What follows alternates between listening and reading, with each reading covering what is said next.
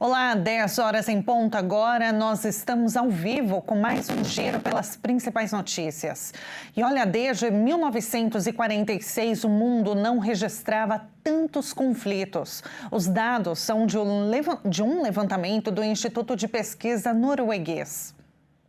O mundo registrou no ano passado o maior número de conflitos armados em quase 80 anos. Os dados são do Instituto de Pesquisas de Paz de Oslo, PRIO na sigla em inglês, que estabelece uma diferença entre os conflitos com participação estatal e aqueles entre atores não governamentais. Entre os que se encaixam como conflitos com a participação estatal, a organização lista 61 confrontos no mundo, distribuídos em 36 países, alguns deles abalados por vários enfrentamentos simultâneos.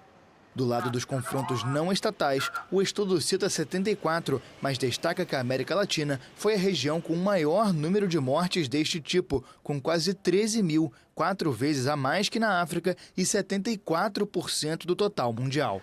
Os conflitos que envolvem pelo menos um estado causaram cerca de 129 mil mortes, o quarto ano mais sangrento desde 1989. A África ainda é o continente com o maior número de confrontos estatais, com 28, seguida pela Ásia. O relatório faz um apelo para que países como Estados Unidos evitem que o mundo se torne ainda mais violento.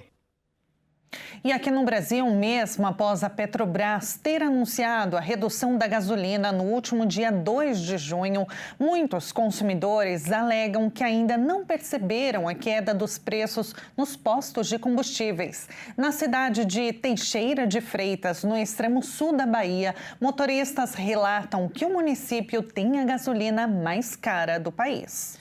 Na quinta-feira, 5 de junho, a refinaria de Mataripe, operada pela Acelen, anunciou a redução de 2,4% no preço da gasolina. Segundo a Acelen, os ajustes refletem critérios de mercado. A exemplo, o preço internacional do petróleo, a variação do dólar e custos logísticos. Esse reajuste ocorreu logo após a Petrobras anunciar a redução no preço da gasolina vendida para as distribuidoras, que passou de R$ 2,85 o litro a 17 centavos a menos que o valor anterior.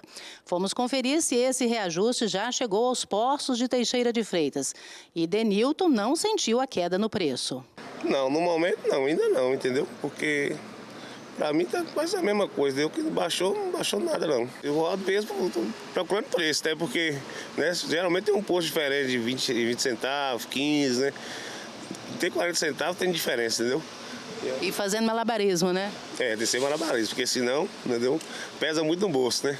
Neto chega a pagar quase R$ 7,00 no litro de gasolina. R$ 6,89, R$ 6,90, até R$ 7,00 de abasteci.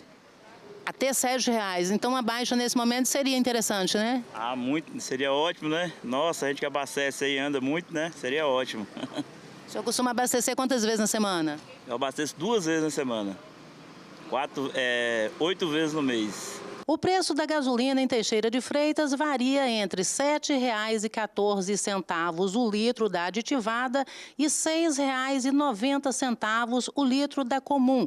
Leônios contesta essa baixa no preço. Nós só ouvimos falar que baixou a gasolina, mas nas bombas, para nós ainda não. Tá horrível o preço, tá um preço que eu vou te falar. Em Teixeira de Freitas, eles formaram assim, tipo um cartel. Todos a mesma coisa e não baixa. A gente tem rodado aí para fora aí, o lugar mais caro da gasolina é Teixeira de Freitas. O senhor costuma abastecer quantas vezes na semana e quanto o senhor está pagando no litro de gasolina? A gasolina eu estou pagando meio de R$ 6,90, R$ 6,79, entendeu? Enquanto fora a gente roda de R$ 5,80, R$ 5,79. Adilson viaja por cidades circunvizinhas e diz que o preço da gasolina nessas cidades está tão alto como aqui. Aqui os postos de Teixeira, Itamaraju, Tabela e Eunato continua alta, não baixou nada. E complementando este mesmo tema, a inadimplência aumentou. A maioria dos brasileiros paga contas básicas como água e luz e deixa para depois compromissos maiores como lojas e bancos. Teve 76 milhões e meio de consumidores inadimplentes, com uma alta de quase 5% com o mesmo período do ano passado. O número é equivalente a quase metade da população adulta brasileira. A taxa foi a maior desde o início da série histórica no fim de 2016. Segundo a Serasa, as contas de necessidade básica, como água e luz, chegaram a abril representando 20% da inadimplência geral, menos que em janeiro, quando o índice era um pouco maior. Em paralelo, o descumprimento de pagamentos dos consumidores com instituições financeiras passou a representar uma parcela maior do total de contas atrasadas. A inflação impulsionada, um salário mínimo que não atende todas as necessidades básicas e a falta de controle financeiro são apontados como justificativas para os pagamentos não efetuados. A alta nos preços das contas de água e energia elétrica também atrapalham a população. Além disso, as companhias que distribuem esses serviços estão sendo mais rígidas com a falta de pagamento. Antes, a tolerância para corte dos atendimentos eram até de 3 contas não pagas. Agora, a notificação chega quando venceu apenas uma mensalidade. E eu fico por aqui. Outras informações você confere na edição das 11 ao vivo com Fernando Jesus. E eu espero por você com notícias do Brasil e do mundo, análise de especialistas, sempre às 11h30 em ponto. Até já.